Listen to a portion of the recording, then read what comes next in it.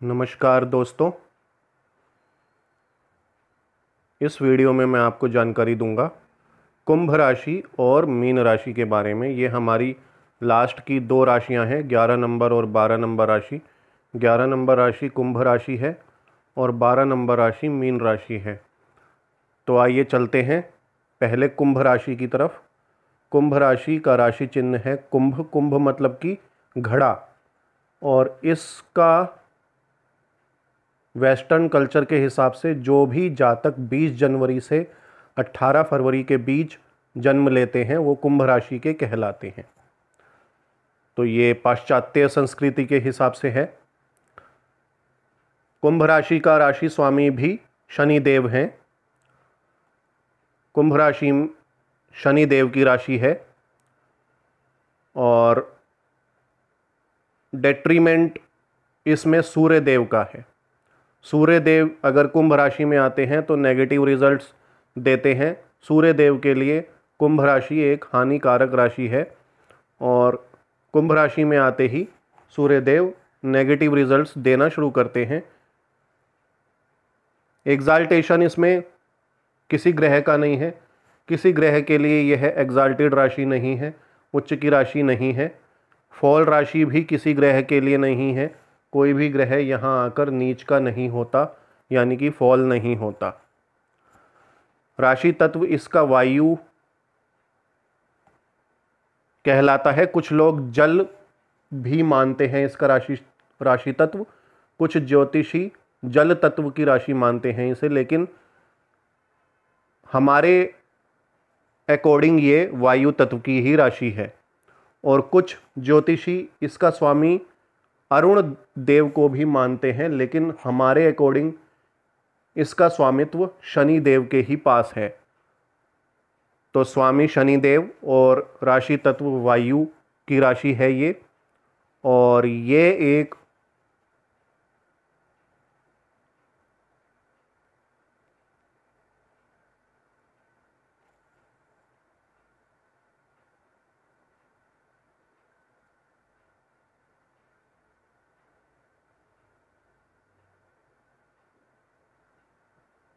शनि देव की ही राशि है। और तो ये इसका इंट्रोडक्शन हो गया। अब आइए चलते हैं इसके जातकों के कुछ लक्षण जानते हैं। गुण स्वभाव क्या है, अवगुण क्या है इस राशि के जातकों के लिए। तो इस राशि के जातकों के गुण हैं प्रगतिशील होते हैं, मूल, स्वतंत्र, मानवीय। यानी कि प्रगतिशील होते हैं, स्वतंत्र होते हैं। ये स्वतंत्र सोच के प्राणी होते हैं।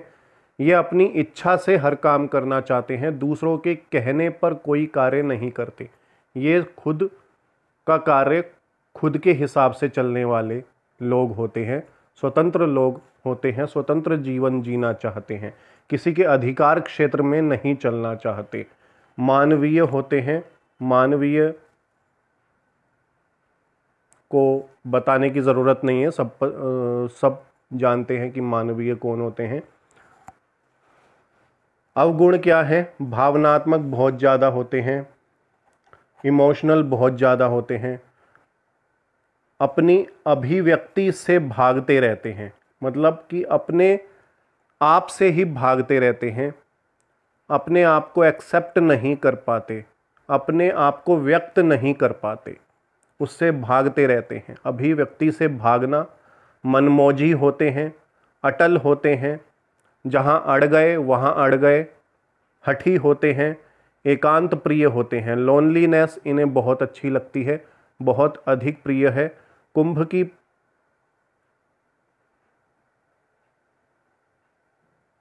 पसंद मित्रों के साथ रहना, उनके साथ बातें करना, उनके साथ खेलना कूदना, उनके साथ मस्ती करना, मौज करना, ये इनको अत्यधिक प्रिय है। दूसरों की हेल्प करना इनको अत्यधिक प्रिय है। किसी कारण के लिए झगड़ना इनको अत्यधिक प्रिय है। बात बात पर झगड़ने के लिए तैयार हो जाते हैं ये लोग। बौद्धिक वार्तालाप अत्यंत प्रिय है। एक अच्छा श्रोता होना इनको अत्यंत प्रिय है। कहने से ज़्यादा ये सुनना पसंद करते हैं। कुंभ की नापसंद अंकुश लगाना, अगर इनके ऊपर कोई अंकुश लगा दे तो इन्हें वो नापसंद है। इनके साथ किए हुए वादे को कोई तोड़ दे तो इनको नापसंद है। अकेला रहना इनको नापसंद है। सुस्त या उबाऊ स्थिति नापसंद है। लोग जो उनसे असहमत हैं, वो लोग जो उनसे असहमत हैं, उनकी किसी भी बात से असहमत होंगे तो वो लोग इन्हें नापसंद होंगे। तो ये है कुंभ राशि के जातकों के स्वभाव, लक्षण, गुण और अवगुण। कुंभ राशि में जन्मे लोग शर्मीले और शांत होते हैं, लेकिन दूसरी ओर वे सनकी और ऊर्जावान हो सकते हैं। हालांकि दोनों ही मामलों में वे गहन विचारक और अत्यधिक बौद्धिक लोग हैं, जिन्हें दूसरों की मदद करना पसंद है। दोनों पक्षों पर प्रतिकूल प्रभाव डाले बिना देख पाने में सक्षम रहने के कारण वे आसानी से समस्याओं का समाधान करने वाले होते हैं। भले ही वे आसानी से अपने चारों ओर से घिरी ऊर्जा के अनुकूल हो सकते हैं। ऊर्जा बहाल करने के क्रम में कुंभ राशि में जन्मे लोगों को कुछ समय के लिए अकेले और सब कुछ से दूर रहने की गहन जरूरत होती है। कुंभ राशि में जन्म लोग संभावनाओं से भरी एक जगह के रूप में दुनिया को देखते हैं। तो ये कुंभ राशि के जातकों के लिए कुछ लक्षण, गुण और अवगुण हैं, पसंद और नापसंद, जो मैंने आपको बोली। कुंभ एक वायु राशि है और इस तरह हर अवसर पर अपने मन का उपयोग करता है। अगर कोई मानसिक उत्तेजना नहीं होती तो वे ऊब जाते हैं और सबसे अच्छा रिजल्ट प्राप्त करने के लिए एक प्रेरणा की कमी रहती है।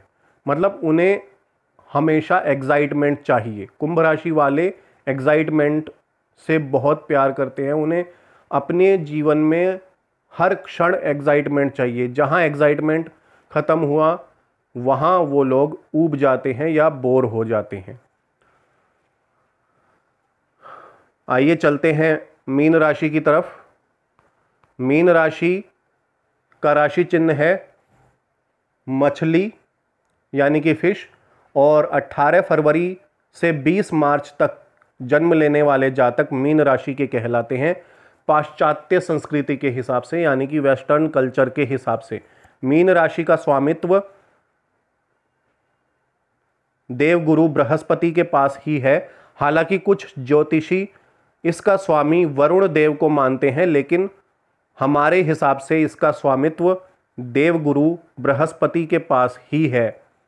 और इस राशि का राशि तत्व है जल, यानी कि ये एक जलीय तत्वीय राशि है। इसमें बुध देव का डेट्रीमेंट होता है, यानी कि बुध देव के लिए हानिकारक राशि है ये। यानी कि बुध देव अगर मीन राशि में आते हैं तो वो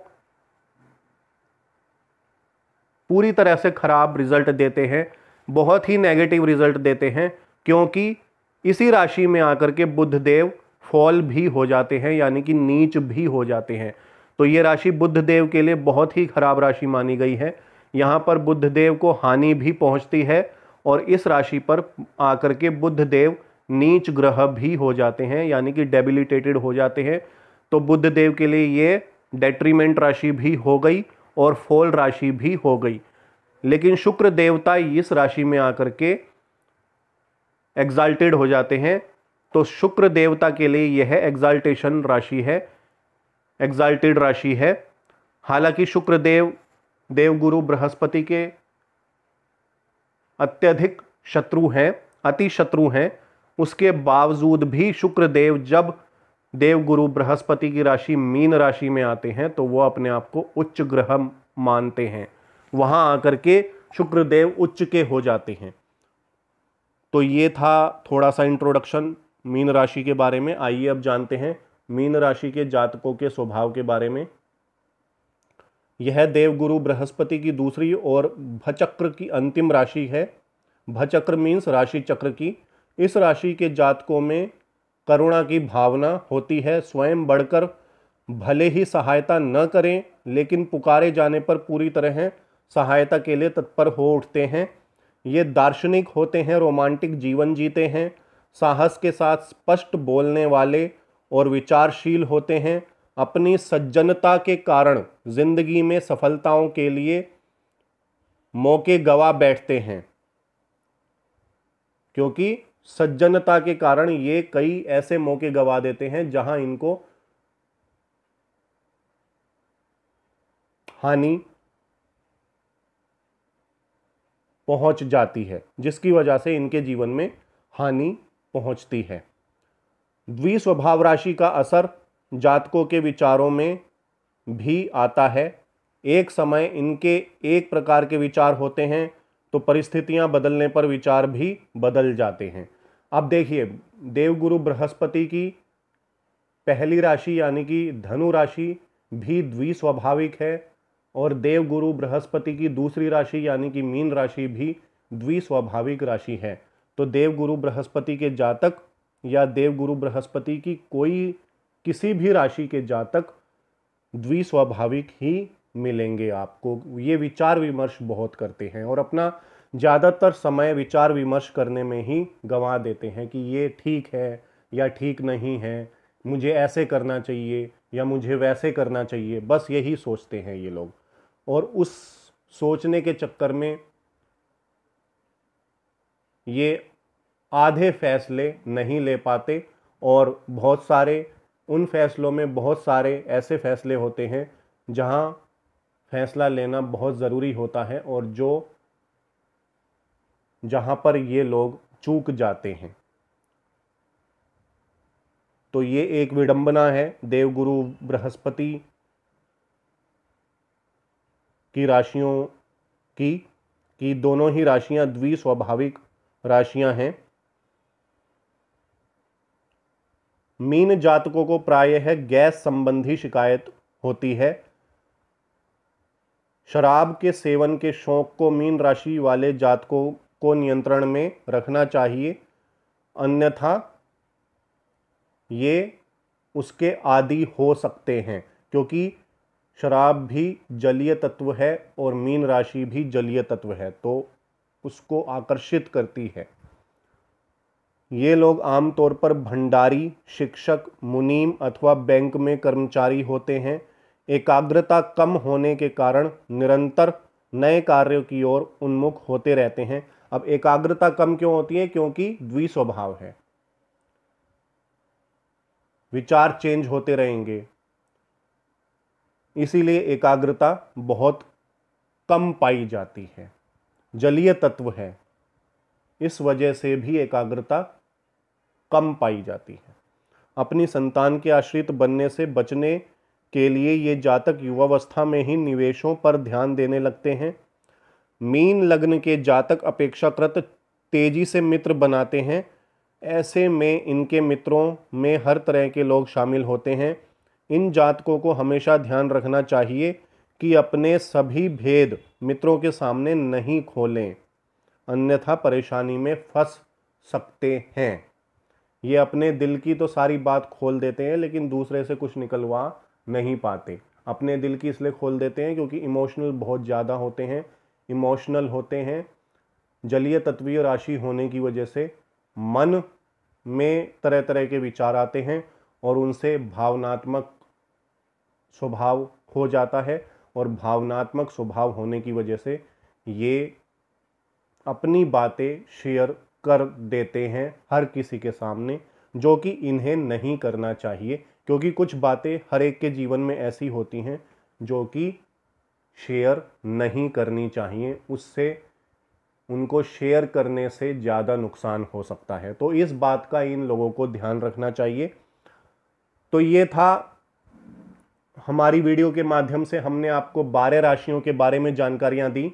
आगे हम ज्योतिष के और नए अध्याय लेकर के आपके सामने हाजिर होंगे और तब तक के लिए इजाज़त दीजिए। धन्यवाद।